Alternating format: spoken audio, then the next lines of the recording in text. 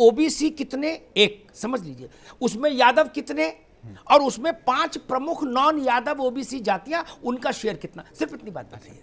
तो देखिए यादव समुदाय 9% का करीब माना जाता है। टोटल ओबीसी कितना है? टोटल ओबीसी 38 to 40% का करीब आपका टोटल ओबीसी संख्या आता है। अच्छा। और नॉन यादव में आप देखेंगे सबसे ज्यादा अगर माना जाता है तो कुर्मी समुदाय सबसे ज्यादा है, ठीक है। आप कुशवा, मौर्य, शाखा, कुर्मी कितना है? कुर्मी भी 5 से 6% का करीब आपका कुर्मी आ जाता है। अच्छा, ठीक है। बाकी आप देखेंगे कुशवा, शाखा, मौर्य, अगर आप एक ब्लॉक ले लेते हैं तो भी 5-6% का करीब आ जाता है, ठीक है। उसके बाद आ जाता है राजभर, अराउंड 3% का करीब आपका राजभर आ जाता है। फिर आ जाता है आप समझ लीजिए जाट समुदाय, जो अराउंड 2% का करीब आ जाता है जी, ठीक है। तो ये और इसको छोड़कर आप अगर देखेंगे जो सैटवार कुछ पर्टिकुलर एरिया में उनका भी काफ़ी होल्ड है। जो आज आरपीएन सिंह जी आया है वो सैटवार कम्युनिटी से आया है, कुशीनगर उस बेल्ट से आ रहा है। तो ये मेजर जो ओबीसी में आप समझ लीजिए नॉन यादव में ये 5-6 कम्युनिटी काफ़ी इंपॉर्टेंट रोल प्ले करेंगे इस इलेक्शन। सुशील पांडे जी, मुझे एक टिप्पणी आपसे ही चाहिए कि क्या इस बार के चुनाव में पिछड़े वर्ग पर ज्यादा निर्भरता दिख रही है तुलनात्मक रूप से पिछले चुनावों से, खासतौर पर भारतीय जनता पार्टी और समाजवादी पार्टी के संदर्भ में? जी अमिताभ जी, अभी तक जो प्रवृत्ति दिख रही है उसमें यह साफ दिख रहा है कि दोनों बड़े राजनीतिक दल भारतीय जनता पार्टी और समाजवादी पार्टी पिछड़े वोटों पर ज्यादा फोकस कर रहे हैं। खासतौर पर अभी पिछले 1 महीने में जिस तरह से गतिविधियां हो रही हैं कि पिछड़े वर्ग के नेताओं को अपने राजनीतिक दल से जोड़ने की जो बात हो रही है, उससे तो स्पष्ट है कि दोनों राजनीतिक दल यह मान के चल रहे हैं कि पिछड़ा वर्ग इस समय काफी निर्णायक है, क्योंकि दोनों राजनीतिक दलों के अपने निश्चित वोट बैंक हैं, जो कोर वोट बैंक उनके साथ है। लेकिन जो ज्यादा ज्यादा पिछड़ा वर्ग को अपने साथ कर लेगा वह 40% के आसपास अगर पहुंच गया तो अच्छे मार्जिन के साथ विधानसभा चुनाव जीत लेगा। तो इसलिए जो अभी राजनीतिक बदलाव दिख रहा है वो बेसिकली पिछड़ों की राजनीति पर ही फोकस हो गया है। जी, ठीक बात है। संजय चौधरी जी, आपकी पार्टी भी अनुलोम विलोम कर रही है इसी मामले को लेके कि पिछड़ा लाओ, कहीं से लाओ, क्या अपना हो ना हो, पराया हो, कहीं कहो लाओ, ढूंढो, माला पहनाओ, भर्ती करो, कुछ अच्छी व्यवस्था करो, हाँ उसको मिठाई खिलाओ, क्या यहाँ लखनऊ में हो जाए ठीक नहीं, दिल्ली में हो, कहीं हो, लाओ। वही काम अखिलेश यादव की पार्टी भी कर रही। कांग्रेस उसमें एक भाई हमारा मत खींचो, कम से कम हमारे खिड़की दरवाजे तो सुरक्षित रहने दो। आप लोग उनके भी खिड़की दरवाजे खींचे ले रहे हो पिछड़े चक्कर में। नहीं संजय चौधरी जी। अमिताभ भाई, आप उत्तर प्रदेश की राजनीति को बहुत दिनों से देख रहे हैं। भारतीय जनता पार्टी के पहले भी जब जनसंघ था, आप इस उत्तर प्रदेश में देखिए कि पिछड़ों को जब कभी भी राजनीतिक नेतृत्व मिला है उसके पीछे भारतीय जनता पार्टी की विचारधारा रही है। उत्तर प्रदेश में जब पहला मुख्यमंत्री बनते हैं चरण सिंह, तो उन चरण सिंह को मुख्यमंत्री बनाने का काम भारतीय जनसंघ करता है। राम नरेश यादव, संजय भाई एक मिनट तथ्य अपन दुरुस्त करते चलो।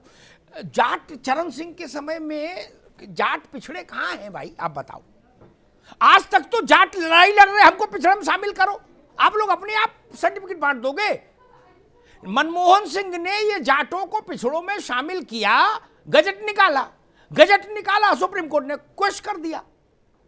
अभी तक की स्थिति यही है, अभी तक की स्थिति यही।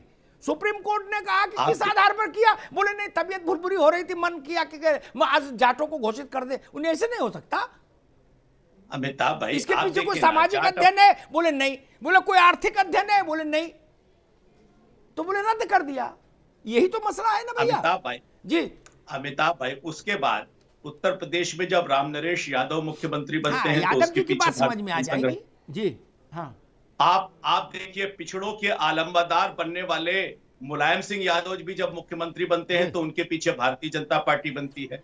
और उत्तर प्रदेश में जब दलित भी मुख्यमंत्री बनता है एकमात्र बार, तो उसके पीछे भी भारतीय जनता पार्टी रहती है। ये राजनीति में पिछड़ों के साथ, पूरे देश के साथ, जो वास्तव में देश के लोग हैं उनके साथ भारतीय जनता पार्टी खड़ी रहती है। लेकिन जब राजनीतिक लोग पिछड़ों की बात करते हैं और उनके पास जब नेतृत्व आता है तो वो केवल और केवल पिछड़ों के नाम पर यादव के पास सिकुड़ जाता है, उसमें रिप्रेजेंटेशन उन औरों को नहीं मिलता है। वास्तव में पिछड़ों की बात करने के बाद उनको जो राजनीतिक नेतृत्व मिलना चाहिए। संजय चौधरी ठीक है, लंबी अभी सबको एक एक बार ले लें, थोड़ा बहस को हल्का रखिए, चुनाव में वैसे बीपी बढ़ जाता है। नहीं क्या नहीं पढ़ने वाला ठीक तो है, सच ठीक वही है मैं भैया, कह मैं रहा हूं। मनोज यादव के पास हाँ। जाऊंगा एक टिप्पणी करके। हमेशा इस बात को ध्यान रखिए, उत्तर प्रदेश का सोशल कंपोजिशन इस बात की अनुमति नहीं देता कि बहुमत की सरकार समाजवादी पार्टी बना ले यादव और मुस्लिम वोट से। संभव ही नहीं, लिख लीजिएगा सब लोग अपने अपने नोटपैड पे, संभव ही नहीं, ठीक ना। इसलिए ये कहना ठीक है, कहीं कॉपी किताब में लिख दीजिए, फेसबुक ट्विटर पर, वहां तो सब चल जाएगा, लेकिन मेरे सामने कम से कम मत कहिए ना। सारे यादव मुस्लिम एक साथ जोड़ दीजिए, सारी गुणा गणित करके 430 सीट पर कर दीजिए, 225 सीट नहीं हो सकती किसी सूरत में, चाहे उल्टे खड़े हो जाओ। इसलिए फिर ये केवल कहना ठीक नहीं। नहीं, भारतीय जनता पार्टी के पास भी जब सरकार आई, पता नहीं भाजपा उसको कैसे एनालाइज करती है, करती ही होगी अच्छे से, तो वो सिर्फ इसलिए आई कि आपका जो बेस वोट था उसको आपने रिटेन किया। कल्याण सिंह का इमरजेंस हुआ, कल्याण सिंह ने नॉन यादव ओबीसी में से 3-4 प्रमुख जातियों को एक साथ खड़ा किया, एक रेनबो क्रिएट किया और 9% वोट एडिशनल जोड़ दिया, दैट्स ऑल, सरकार बन गई। इतने तो करिश्मा है मित्र, ये मसला है। मनोज यादव, आपकी पार्टी ने भी तय कर लिया कि सारे घर के बदल डालूंगा। क्या जितने ये बिल्ला हमारे ऊपर टोपी पे लगाए गए, पहले तो ये उतार दो। क्या परिवारवाद, बोले परिवार हटाओ, क्या पूरे परिवार में एक टिकट दो, झंझट ही खत्म। क्या झंझट खत्म, क्या अब कोई नहीं कह सकता परिवारवाद। भाई जब शिवपाल चाचा के लड़के को भी नहीं दी अभी टिकट दोबारा, तो फिर कहां रहा परिवारवाद। क्या एक दूसरा कहा जाता था यादवों की पार्टी, जो अभी संजय भाई कह रहे थे, तो समाजवादी पार्टी ने इस बार मुझे लग रहा है ये भी कोशिश की कि यादवों से कहा कि भाई थोड़ा ठंड रखो, क्या, और मौर्य जी से कहा आप आगे आओ, है दारा सिंह कहां है उनको भी लाओ, सैनी जी आप मंच पे आओ। समझ रहे ना आप मेरी बात मनोज भाई। ये सामाजिक बदलाव, राजनीति की जरूरत है, ये बात मुझे लगता है समाजवादी पार्टी को समझ में आ गई। बिल्कुल पूरी तरीके से समझ में आ गई, और पूरी तरीके से समाजवादी पार्टी ने उन सारे कील कांटों को दुरुस्त करने का काम भी शुरू कर दिया, और लगभग हम उस सारे पहलुओं पे काम अमिताभ जी कर भी चुके हैं जी।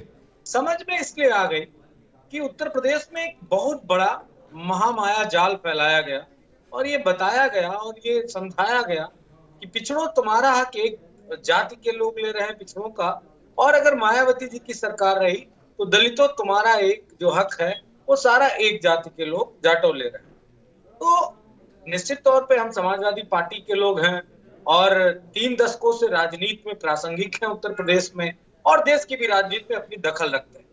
तो हम कोई काम ऐसा तो बिल्कुल नहीं करने जा रहे हैं कि बीजेपी को पूरी तरीके से एक स्पेस दे।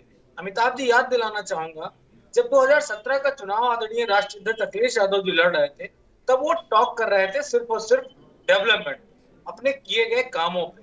हमें नहीं मालूम था कि बीजेपी ने पूरे उत्तर प्रदेश में नफरत का बांटने का जो जहर है इस कदर बोला कि हमारा काम पीछे रह गया, और बीजेपी की जो नफरत वाली राजनीति वो बहुत आगे निकल गई। समाजवादी पार्टी ने अपने सारे सिस्टम को मजबूत इसीलिए किया है कि अब आप जवाब दीजिए, कौन सा आरोप आप लगाओगे।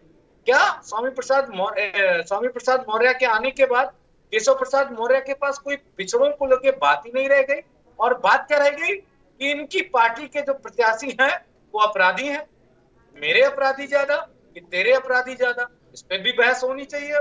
जो भी आरोप लगाओ, जिस तरह की दोबारा मैच खेलना चाहोगे, मैं सृष्टि से भी कमेंट लूं। देश की सबसे पुरानी पार्टी की प्रतिनिधि हैं और इस पैनल में एकमात्र महिला है। आएंगे आपके पास। अब सृष्टि कश्यप भाई, मैंने आज जब आरपीएन सिंह का मसला आया है, तो मेरे जहन में दो बातें आई।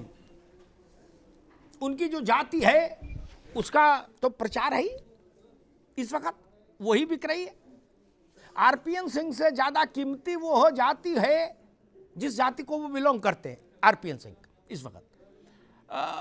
लेकिन ये कांग्रेस से मेरा एक सवाल, आप ऐसे परिस्थितियों में चीजों को समझ नहीं पाते कि जिसको कल जाना हो उसको आज चिट्ठी दे देते हो क्या? मतलब डबल मजाक बने ताकि। एक दूसरा मैं ये नहीं समझ पा रहा, जिसे भाजपा वाले कह रहे हैं कि भाई अब भाजपा को मजबूती मिलेगी पूर्वांचल में, ठीक, आरपीएन के आने से, और स्वामी मौर्य के लिए संकट पैदा हो जाएगा, वो तो बात की बात है। लेकिन मैं समझना चाह रहा हूं कि जब आरपीएन 32 साल आपके पास रहे कांग्रेस के, तो वो पूर्वांचल में कांग्रेस को मजबूत क्यों नहीं कर पाए? क्या आप लोग काम नहीं करने देते हो लीडर्स को, इसलिए जा रहे हैं? मसला क्या है? सृष्टि कश्यप, और वो भी पिछड़े समाज का आदमी जा रहा है। आरपीएन जी 32 सालों से उत्तर प्रदेश की पॉलिटिक्स में एक्टिव रहे हैं। उनके पिताजी सीपीएन सिंह जी भी एक्टिव रहे हैं, और ऐसा कांग्रेस में कोई पद नहीं है जिसपे आरपीएन सिंह काबिज नहीं थे, चाहे वो यूथ कांग्रेस के उत्तर प्रदेश के सचिव होने की बात हो या एआईसीसी के सचिव हो। 1996, 2002 और 2007 में उन्होंने लगातार 3 बार चुनावी में अपनी जीत दर्ज की। उसके बाद वो पहली बार जब लोकसभा जीते, मुलायम सिंह जी की कैबिनेट में भी मंत्री रहे, उनके फादर इंदिरा गांधी जी के कैबिनेट में मंत्री रहे, तो एक बहुत अच्छा पास्ट रहा है उनका। लेकिन अब हमें ये भी देखना है कि 32 साल वो उत्तर प्रदेश में जब रहे, उत्तर प्रदेश कांग्रेस के लिए उन्होंने काम किया, हमने उन्हें मान दिया, सम्मान दिया और कल तक दिया। लेकिन उन्होंने आज पार्टी छोड़ी। आज उन्होंने अपने वक्तव्य में कहा कि वो प्रधानमंत्री मोदी जी के विचारों से बहुत प्रभावित है। तो आज आरपीएन सिंह जी ये कहना चाह रहे हैं कि प्रधानमंत्री मोदी जी की जो दलित विरोधी मानसिकता है, जो किसान विरोधी मानसिकता है, जो नौजवान विरोधी मानसिकता है, उससे वो प्रभावित। एक मिनट, एक फोटो वायरल हो रही है जिसमें 4 लोग हैं, ज्योतिरादित्य सिंधिया हैं, आरपीएन है, सचिन पायलट है, और जितेंद्र प्रसाद जी का बेटा क्या नाम है, जतिन प्रसाद, ठीक है। तो लोग लिख रहे 3 गए 1 बाकी, और ये चारों वो लोग हैं जिनके लिए कहा जाता था राहुल गांधी की टीम है, राहुल जी इनको भविष्य की कांग्रेस का चेहरा बना रहे हैं। बताइए, चेहरे भाग गए।